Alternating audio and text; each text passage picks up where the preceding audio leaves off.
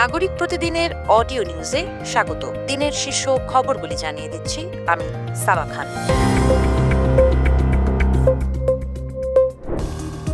ভোক্তা পর্যায়ে নির্ধারণ করা হয়েছে এলপি গ্যাসের দাম।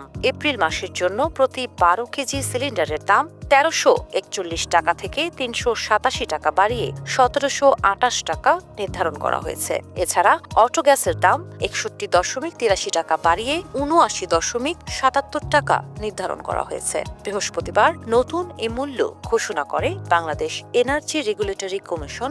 এর আগে মার্চ মাসে প্রতি ১২ কেজি সিলিন্ডারের দাম ১,৩৪১ টাকায় অপরিবর্তিত রাখা হয়। পাশাপাশি ৩ পয়সা কমিয়ে অটো গ্যাসের দাম ৬১ টাকা ৮৩ পয়সা নির্ধারণ করা হয়।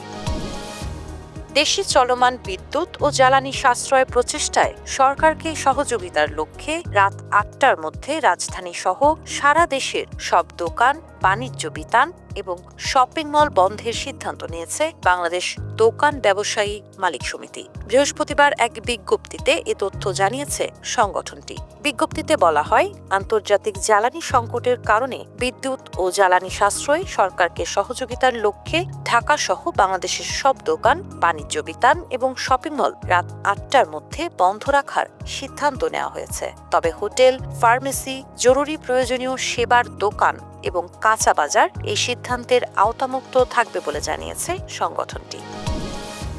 দেশে জ্বালানি তেলের সরবরাহ স্বাভাবিক রয়েছে এবং কোনো ধরনের সংকট নেই বলে জানিয়েছে বিদ্যুৎ, জ্বালানি ও খনিজ সম্পদ মন্ত্রণালয়ের মুখপাত্র ও যুগ্ম সচিব মনির হোসেন চৌধুরী। তিনি বলেন, বাজারে কৃত্রিম সংকট তৈরির চেষ্টা রুখতে মজুতদারদের বিরুদ্ধে বা অবৈধভাবে জ্বালানি মজুত করলে প্রচলিত আইন অনুযায়ী কঠোর ব্যবস্থা নেওয়া হচ্ছে।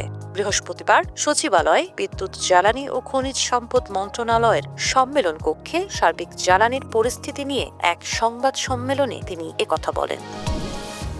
জুলাই সনদ বাস্তবায়ন ও গণভোটের ফল অনুযায়ী সংবিধান সংস্কারের দাবিতে নতুন কর্মসূচি ঘোষণা করেছে ১১ দলীয় জোট। আগামী ৪ এপ্রিল রাজধানীতে বিক্ষোভ সমাবেশ করবে জোটটি। বৃহস্পতিবার রাজধানীর গুলশানে অনুষ্ঠিত বৈঠক শেষে সাংবাদিকদের এ তথ্য জানান ১১ দলীয় জোটের সমন্বয়ক ও জামায়াতে ইসলামীর সহকারী সেক্রেটারি জেনারেল হামিদুর রহমান আজাদ। তিনি অভিযোগ করে বলেন, সংস্কারকে ধামাচাপা দিয়ে সরকার শুধুমাত্র সংবিধানের সংশোধনী আনতে চায়। বর্তমান সরকার শেখ হাসিনার মতোই ফ্যাসিবাদী পথে হাঁটছে।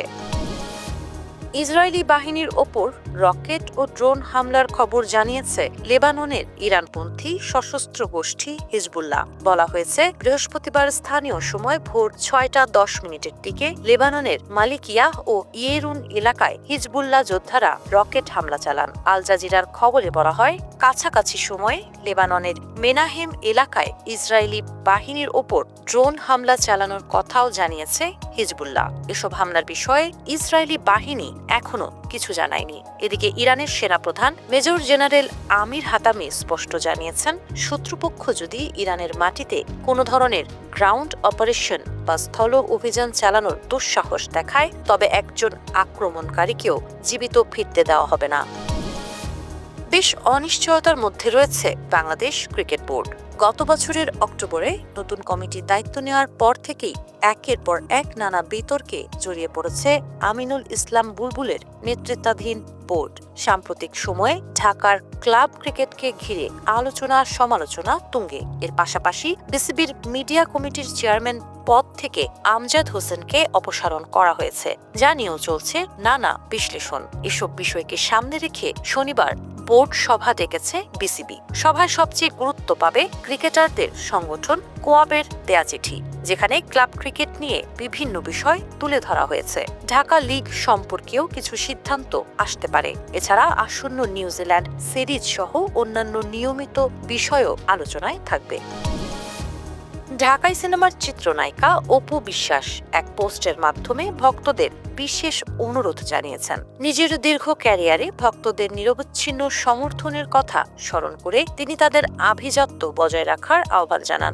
একই সঙ্গে কারো সঙ্গে অহেতুক তর্কে বা কাদা ছোড়াছুড়িতে না জড়াতে ভক্তদের প্রতি বিশেষভাবে অনুরোধ করেন এই অভিনেত্রী। নিজের ফেসবুক পেজে দেওয়া এক বার্তায় অপু জানান, তার ভক্তরা তাদের শিক্ষা, রুচি এবং মার্জিত আচরণের জন্য অনন্য। এই ছিল আজকের শীর্ষ খবরগুলো। প্রতিদিনের অডিও নিউজ শুনুন আমাদের ওয়েব, ইউটিউব ও ফেসবুক পেজে।